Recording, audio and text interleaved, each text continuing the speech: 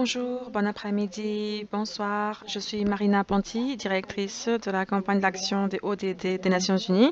Et je suis ravie d'être accompagnée aujourd'hui par le PDG et directrice exécutive du Pacte mondial des Nations Unies, Sandra Odiambo, pour un dialogue sur le tournant décisif. La pandémie du Covid a renverser complètement nos vies. Et dans ce type de dialogue, nous voulons entendre parler les leaders de tous les secteurs sur comment 2021 peut devenir un tournant décisif pour les personnes et pour la planète, pour que nous puissions construire des sociétés plus justes et plus durables. C'est-à-dire comment nous devons prendre une nouvelle direction et avoir de nouvelles manières de diriger, de produire, de consommer, une autre conception sur les revenus. Merci Sandra, merci d'être avec nous. Nous sommes ici aujourd'hui pour parler de la puissance et de l'opportunité de ce moment actuel. La dernière fois où nous vous avons entendu parler en septembre dans la dernière Action Zone, vous avez dit que le business des entreprises ne doit pas seulement être le business, mais la transformation sociétale. Cette affirmation a été très inspirante. Et donc, par rapport à cela, d'après vous, quel rôle peuvent jouer les business, les entreprises dans cette crise actuelle afin de faciliter ce changement sociétal? Merci. Je pense que ce constat est toujours valable. Je crois que les entreprises doivent participer au business de la transformation de la société. Je pense que cette année dernière, nous avons tous subi cette pandémie du Covid. Nous avons vu le rôle des entreprises. Les entreprises ont coordonné des réponses énormes par rapport à l'accès aux vaccins, aux traitement avec les vaccins. Les entreprises nous ont montré également comment nous pouvons utiliser la technologie pour rester actifs dans tous les domaines, l'éducation, les services, etc. Et ceci nous a permis de continuer à avancer en tant que société. Donc, je crois vraiment que les entreprises doivent participer à ce business de la transformation de la société. Bien sûr, nous voyons qu'il y a des crises interconnectées. Nous avons le Covid, bien sûr, mais nous avons également la crise climatique. Et donc, la santé humaine, nous avons vu qu'elle est très reliée à la santé de la planète.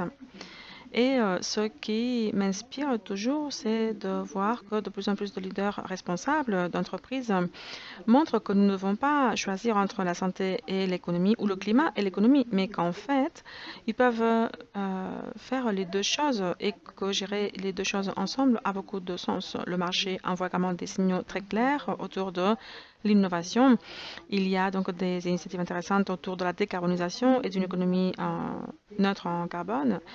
Plus tard dans l'année, nous aurons la COP 26 et le Pacte mondial des Nations Unies mobilise plus de 400 compagnies. Voilà, il y a beaucoup d'exemples qui montrent que les entreprises peuvent jouer un rôle très important dans le domaine du climat et peuvent être actives dans la solution à la crise climatique. Merci. Je pense que vous avez absolument parlé du développement durable. Vous avez montré combien ceci est important pour nous. Maintenant, nous allons parler de l'égalité des sexes. C'est quelque chose de très important également pour ces dialogues du tournant décisif. Vous qui avez été la directrice exécutive de Safaricom au Kenya, bien sûr, vous avez dû rompre beaucoup de plafonds de verre pour atteindre ce poste.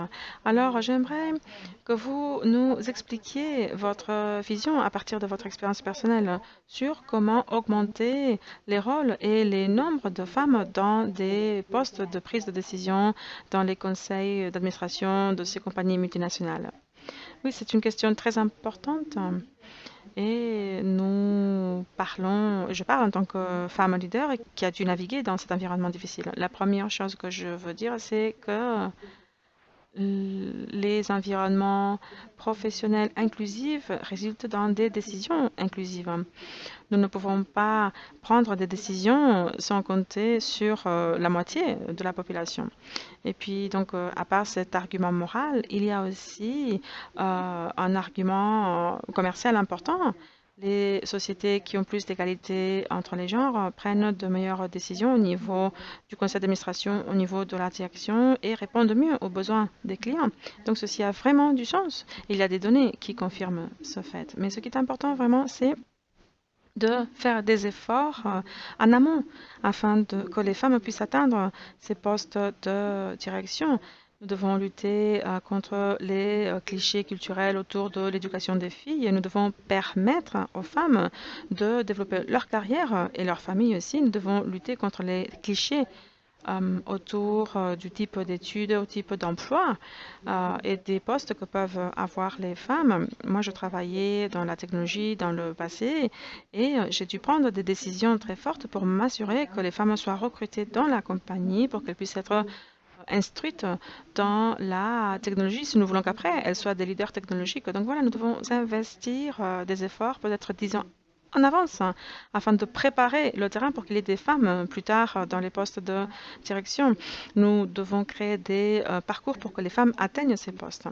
Dans le pacte mondial des Nations Unies, nous avons un programme avec lequel nous travaillons avec 300 compagnies dans 19 pays pour établir des cibles claires pour avoir des femmes dans ces postes de direction. Nous devons travailler avec les sociétés pour créer ces parcours pour que les femmes atteignent ces postes de direction. Dans le contexte du Covid, ceci est encore plus important parce que de nouveau, les données montrent que les femmes ont subi les effets les plus négatifs dans les PME et dans d'autres domaines aussi à cause de l'impact du Covid. Merci, Sanda. J'ai beaucoup aimé ce que vous avez dit sur les clichés et puis aussi au-delà des changements du système et des stratégies de recrutement. Bien sûr, il faut donner l'accès aux femmes dans tous les niveaux dans le secteur privé, etc. Il est également important de changer l'état d'esprit, la culture, afin d'autonomiser les femmes pour qu'elles puissent sentir qu'elles peuvent jouer un rôle différent dans la société. Donc, je vous remercie d'avoir souligné ce point. Permettez-moi maintenant de vous poser une question difficile parce que nous appelons tous ce moment un moment décisif et nous savons que beaucoup de sociétés, beaucoup de leaders souhaitent changer la manière dont elles produisent, la manière dont la chaîne d'approvisionnement est organisée. Mais comment peuvent-ils faire cela? Comment peuvent-ils transformer le système, les structures pour atteindre les ODD malgré tous les défis économiques, financiers auxquels ils sont confrontés maintenant avec la pandémie, la perte d'emploi, les perturbations de la chaîne d'approvisionnement. Donc, comment pouvons-nous avoir une vision qui prenne également en considération les différentes réalités? Absolument, oui. Je dois reconnaître que certaines compagnies n'ont pas pu survivre à cette pandémie. Nous savons que beaucoup de business ont dû fermer et beaucoup d'emplois ont été perdus. Mais nous devons prendre l'opportunité de ce nouveau début. Il y a des principes que nous appelons le modèle de principe, dit principe, chez le pacte mondial. Et voilà, ces critiques sans la chaîne d'approvisionnement, les compagnies ne pouvaient plus continuer. Donc, quels sont ces principes qui doivent être à la base de la chaîne d'approvisionnement? Le premier, c'est comprendre l'importance des droits humains, des droits du travail. Nous devons nous assurer que les employés ont un système de protection sociale, un salaire juste et que dans la chaîne d'approvisionnement, tout le monde peut satisfaire leurs besoins parce que sinon la chaîne d'approvisionnement ne pourra plus continuer. En octobre de l'année dernière, il y a eu donc toute cette question dans le domaine maritime. Nous avons parlé du fait que dans tout le monde, probablement, il y avait des milliers de marins qui ne pouvaient pas donc arriver à aucun port. Et ça, c'était une violation des droits humains, mais en même temps, ces marins-là étaient critiques pour pouvoir transporter des biens d'un endroit à l'autre. C'est pour ça que je disais que nous devons nous assurer que les droits humains et les droits du travail sont respectés dans le domaine des business. Ensuite, les salaires aussi, c'est très important. Nous devons pouvoir considérer l'impact de nos entreprises par rapport à l'environnement. Nous parlons de changement climatique, mais les sociétés, maintenant, elles ont la société de reprendre à zéro vers une récupération verte pour réduire leur impact sur l'environnement. Et puis aussi, un autre principe, c'est l'anticorruption. La corruption provoque tellement de fuites du système. Nous avons parlé de cela dans le domaine de l'équité des vaccins. Il est important d'avoir une bonne reddition de comptes et des systèmes transparents dans le domaine des vaccins aussi. Donc, droits humains, droit du travail, environnement, anticorruption, ce sont certains des principes qui sont clés pour que les entreprises puissent prospérer après le Covid et la pandémie.